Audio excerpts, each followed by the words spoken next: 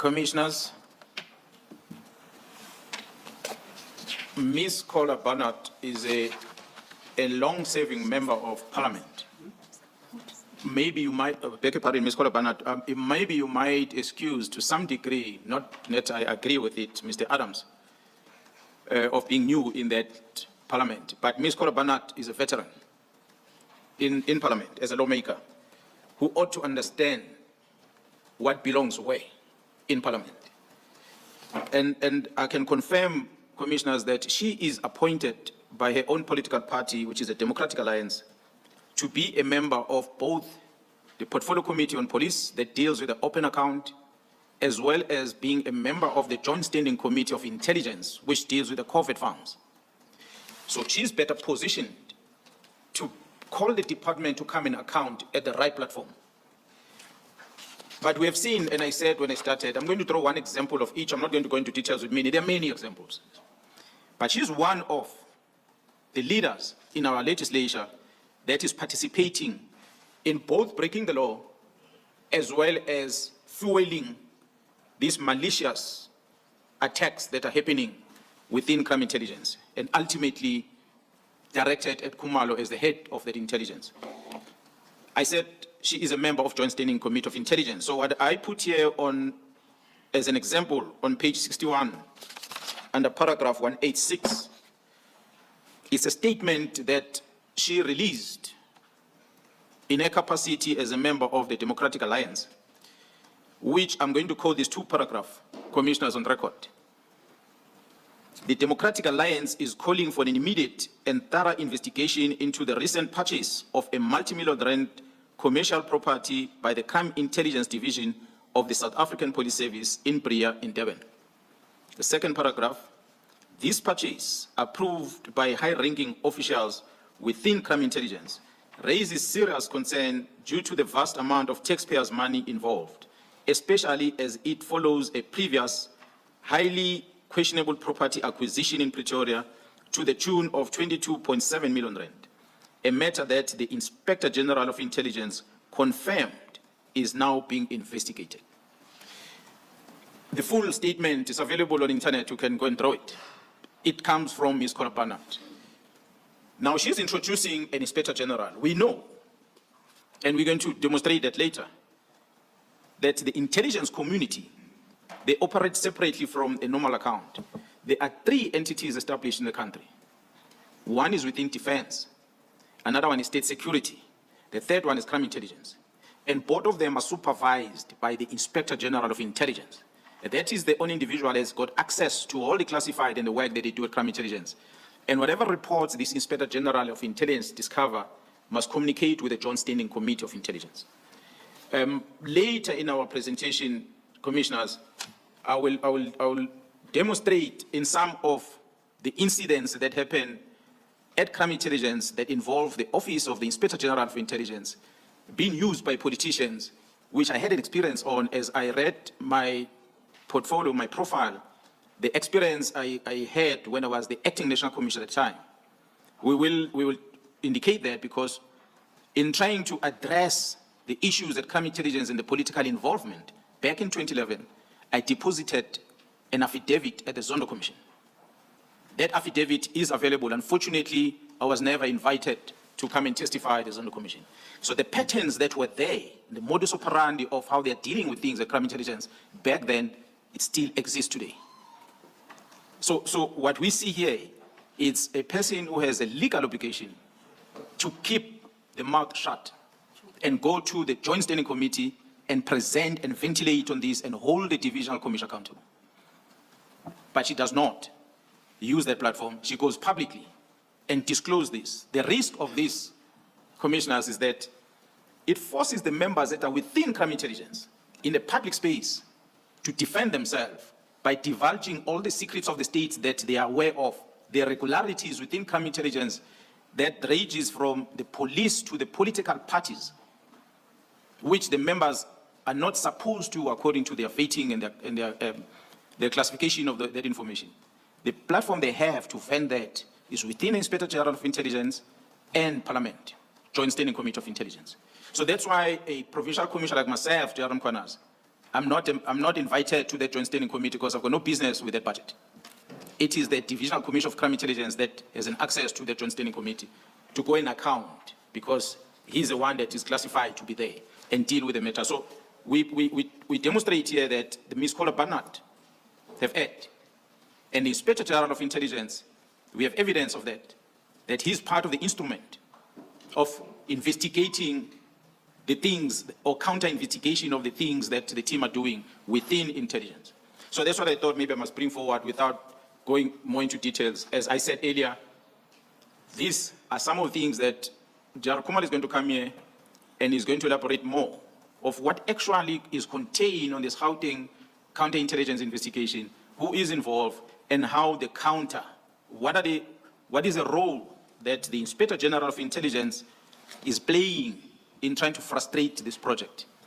And we know in public, it's public knowledge, that the very same Inspector General of Intelligence have signed MOUs with entities outside that intelligence structure.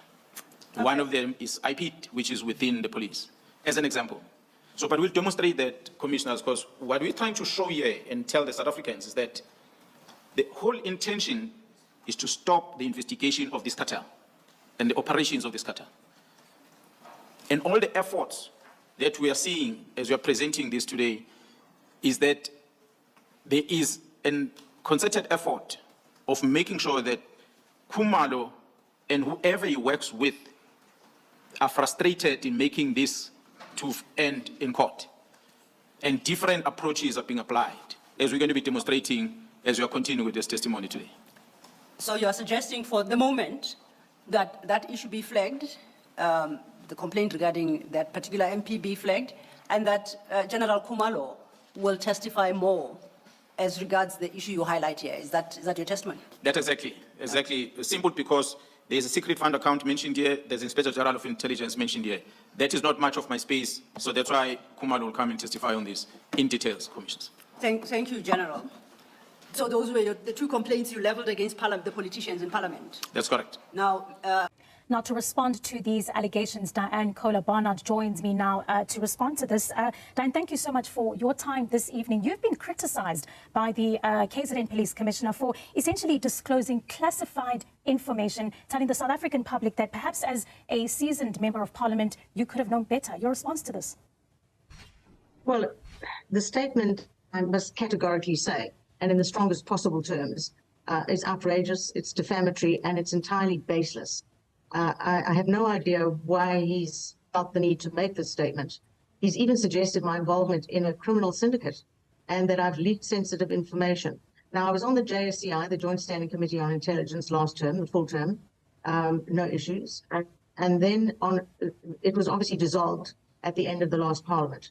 On the 17th of February this year, there was extensive reporting. There were photographs in national newspapers about the properties. And I wrote to the Inspector General of Intelligence as an ordinary MP, formally requesting an investigation into what seemed to be dubious purchases of the two properties by crime intelligence. That was out in the public domain, and the request was a direct response to the serious concerns raised.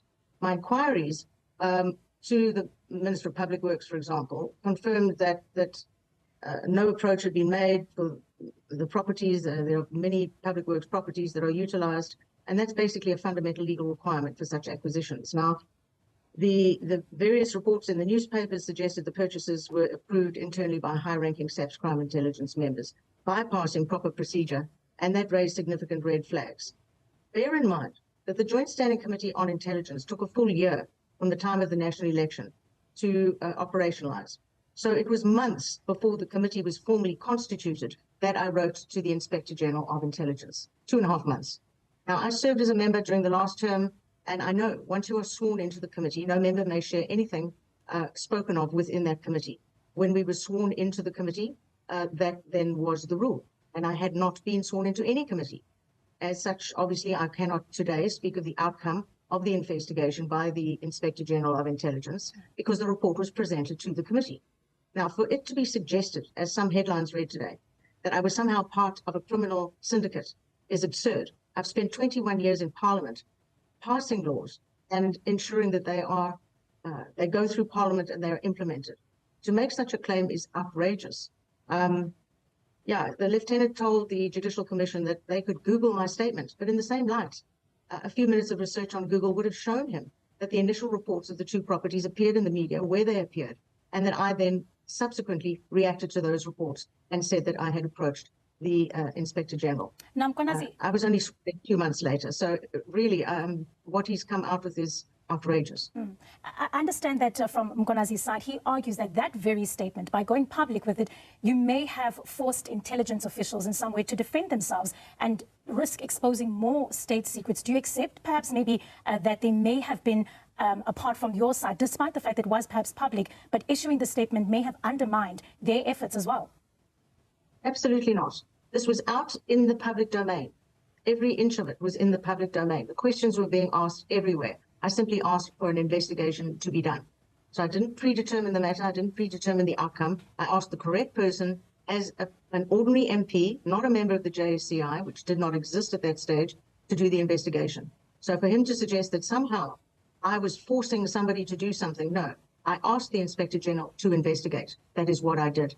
I find this attack on me quite bizarre in the extreme. And because he's incorrect in his claim that I was a member of the JSCI, and I'll just have to ask, there is another MP that's also been accused this afternoon in regards to that, and that's Fidel Adams, also implicated in that. Between the two of you, I would say, is your matter perhaps different from his, given the fact that he, of course, should have not had any access whatsoever to any type of intelligence information? It's totally different. He has claimed that he had in his hands classified information. I mean, that, as far as I know, is a criminal offense right away. So it has to be determined how he came upon it. And I think he's been very clear on what he did with it. That's not something I've ever done or ever would do. And nor would I ever walk out of the JSCI. One can't take classified information out of those offices. It's an impossibility. So what he's been up to is none of my business, but it's very bizarre indeed. And to be linked with that is quite insulting. Democratic Alliance MP Diane Kohler Barnard there speaking to us about those allegations coming from Nhlanhla Mkhwanazi, speaking, of course, about MPs that may have interfered with some of the state work. Thank you.